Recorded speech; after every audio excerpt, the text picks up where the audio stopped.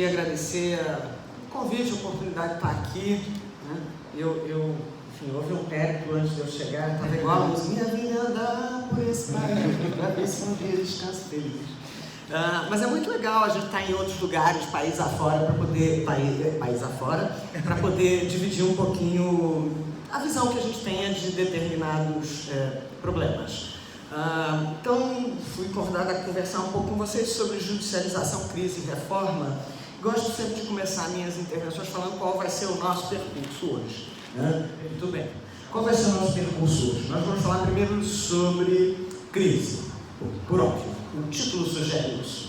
Nós vamos falar sobre crise para desmistificar um pouquinho o que seja a crise. Pode mandar. Desmistificar um pouquinho o que seja esta crise, ou o que ela possa determinar de reflexos. Na verdade, o que eu estou querendo propor é uma nova aproximação desse conjunto de coisas, judicialização, crise e reformas. Porque penso que a fase do diagnóstico em si, essa já passou, né? A gente já sabe que a judicialização é um fenômeno que se põe, a gente já sabe que a crise está com uma frequência até maior do que desejaríamos nos jornais todos os dias, né? Então, a diagnose a gente já tem, o momento agora é de prognose. O que a gente vai fazer diante disso, né? E aí, diante disso, vamos ver um pouquinho o que seja a crise, né?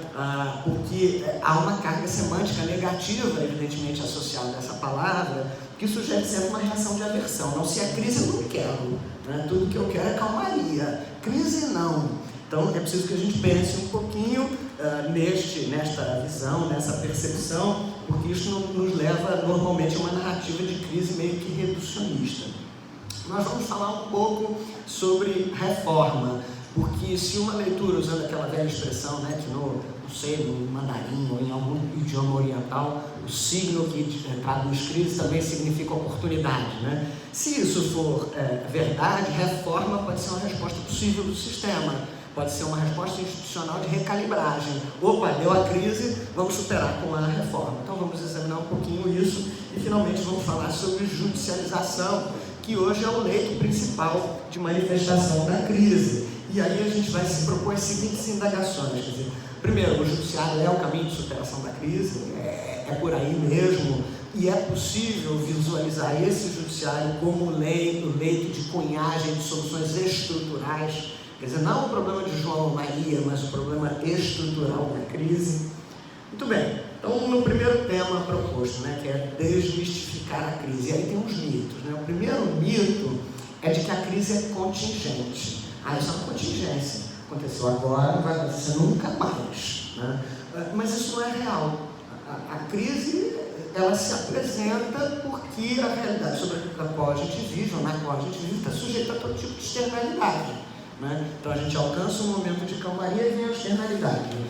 Problemas econômicos no Oriente Médio, repercute em gente. A crise dos refugiados da Síria, repercute em nós.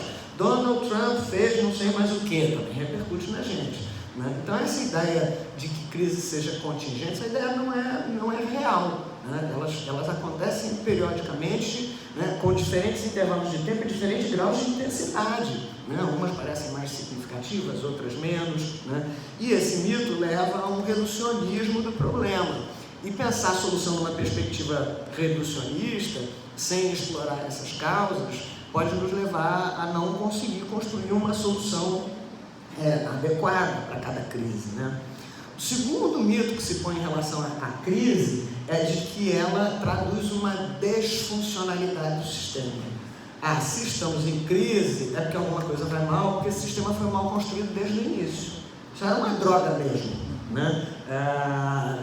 E por isso é que deu esta crise. E isso também é um equívoco. A crise não significa uma desfuncionalidade na origem do sistema. E amigos, se a gente lida com uma categoria, vocês que já passaram pela disciplina de direito constitucional já tiveram contato com isso, que é a categoria da Living Constitution, né? A Constituição como organismo vivo que muda e se adapta. Se isto é assim, né, é natural que ela mude e se adapte, e quando ela muda e se adapta, e disto possa decorrer algum desajuste, né? Então a crise não é um sinal de uma desfuncionalidade inerente do sistema. O terceiro mito é de que a crise possa ser prevenível.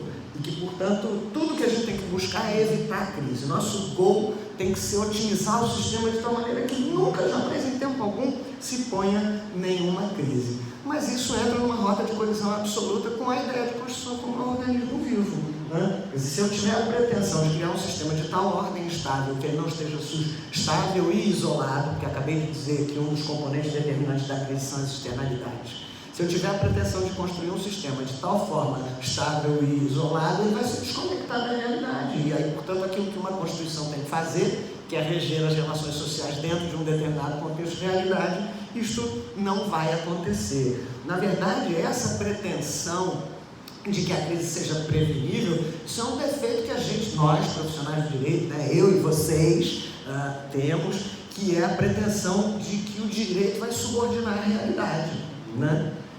Não, eu vou constituir uma norma aqui e com isto eu vou subordinar as relações sociais. E isso é um absoluto equívoco. O direito não tem este condão. O direito é uma ferramenta. Ele não é a única ferramenta, ele não é a melhor ferramenta. Ele é uma ferramenta que pretende influir na realidade, né? Então, na verdade, o nosso goal não tem que ser prevenir a crise, mas realinhar o direito à realidade que a crise esteja denunciando. Não, essa crise denuncia este problema, a ausência de previsão desta matéria. E o que o direito tem a contribuir neste campo, né? E aí, amigos, fecho com duas proposições, né? Primeira proposição: a crise não é uma patologia do sistema, ela é um elemento constitutivo do sistema. Todo sistema deve conviver com a possibilidade de existência de crises, né?